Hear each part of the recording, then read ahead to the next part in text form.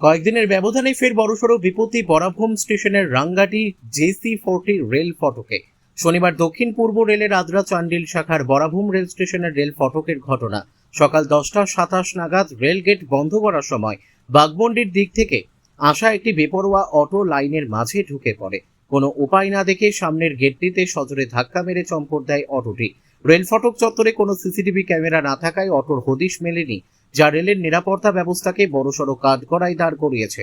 ঘটনার খবর পেয়ে দ্রুত স্পটে পৌঁছায় স্টেশন মাস্টার, জিআরপি এবং আরপিএফ বাহিনী।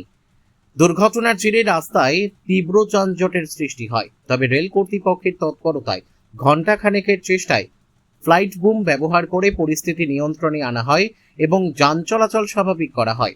এদিকে ট্রেন চলাচলে কিছুক্ষণ ব্যাহত হলেও পরে তা স্বাভাবিক হয়। বারংবার এই ধরনের বিপজ্জনক ঘটনার পর স্থানীয় বাসিন্দারা ক্ষোভে ফেটে পড়েছেন।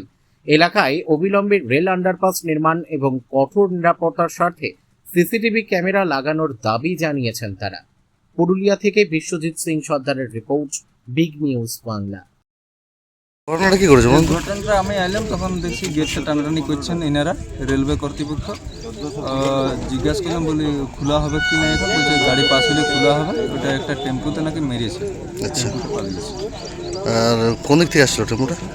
এই দিক থেকে মনে হয় দিয়েছে, না ওই দিক থেকে দিয়েছে, তখন ছিলাম না আমি, ঘটনাস্থলে ছিলাম। এখন কি পরিস্থিতি আছে? এখন এই তো গেট বন্ধ করেছে, বলেছে গাড়িগুলো পাস হওয়ার পরেই করা হবে। কি নাম আপনার? আমার অমৃত চ্যাটার্জি, বাড়ি কোথায়? বলরামপুর রাঙ্গালি।